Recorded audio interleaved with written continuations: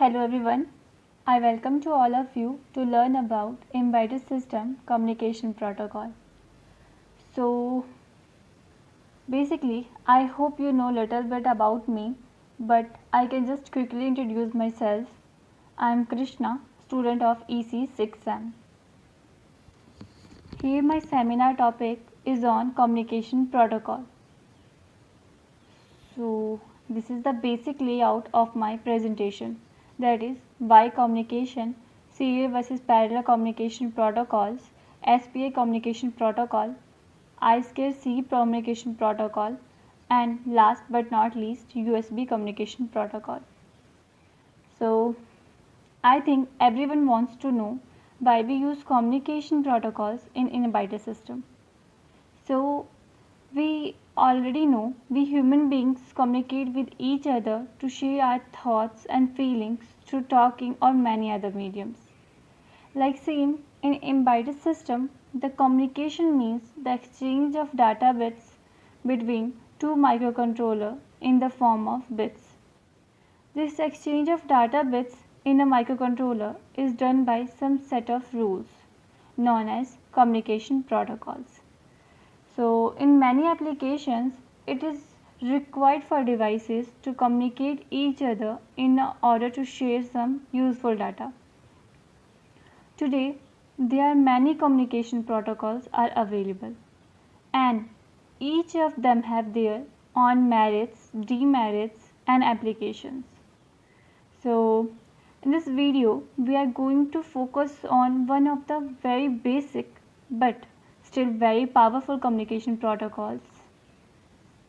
So firstly, start with serial and parallel communication protocols. So there are two methods used to transmit data between digital devices, that is serial and parallel transmission. Serial data transmission send data bits one after another over a single channel, and parallel data transmission send multiple of data bits at the same time over a multiple channels. This means that data can be sent much faster than using serial transmission method. But due to the faster data transmission speed, the cost is very high and it is suitable for short distance communication. So there are some main advantages and disadvantages of serial parallel transmission.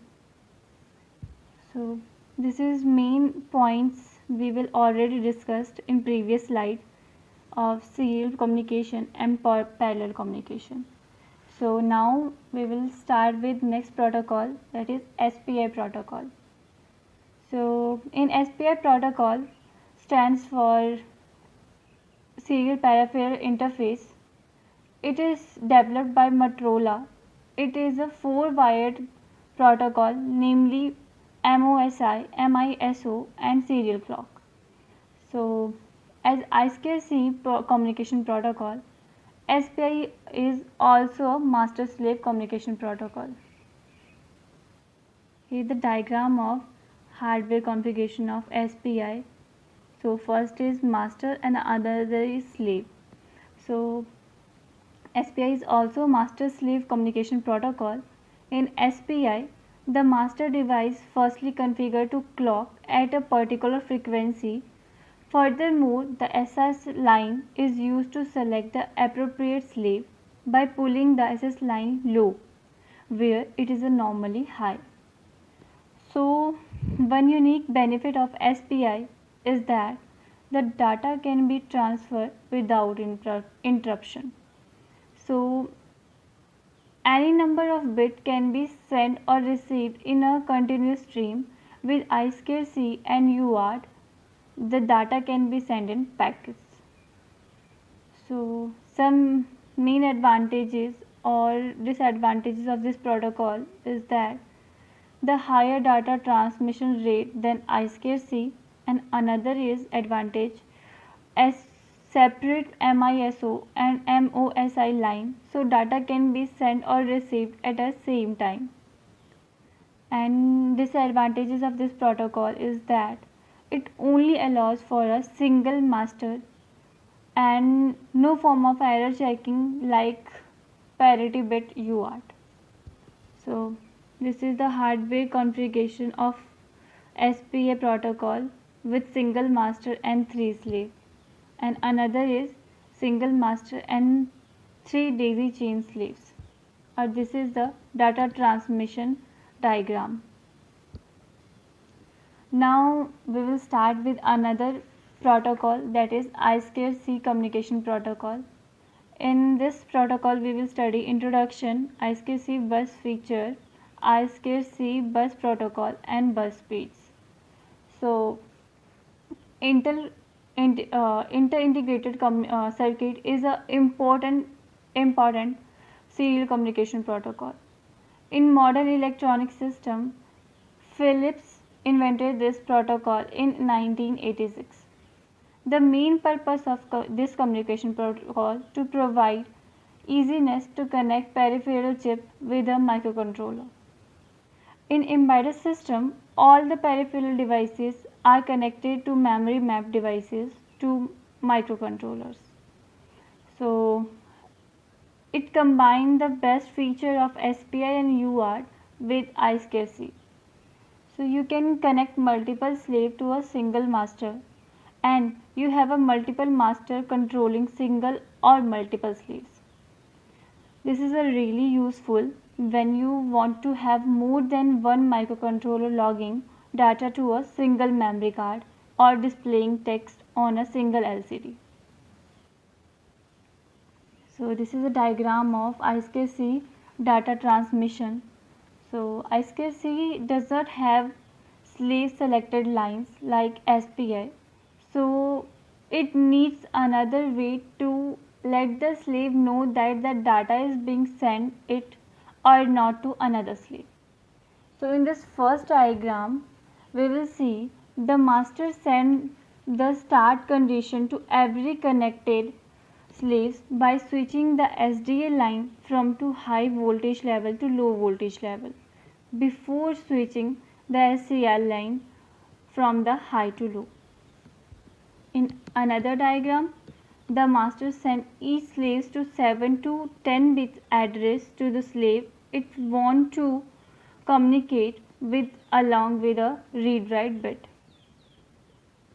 So the main advantages and disadvantages of I2C communication protocol is it only uses 2 wires, support multiple master and multiple slaves, and the disadvantage is that slower data transfer rate than SPI, and the size of the data frame is limited to 8 bit.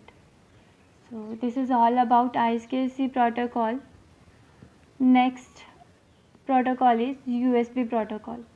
USB stands for Universal Serial Bus.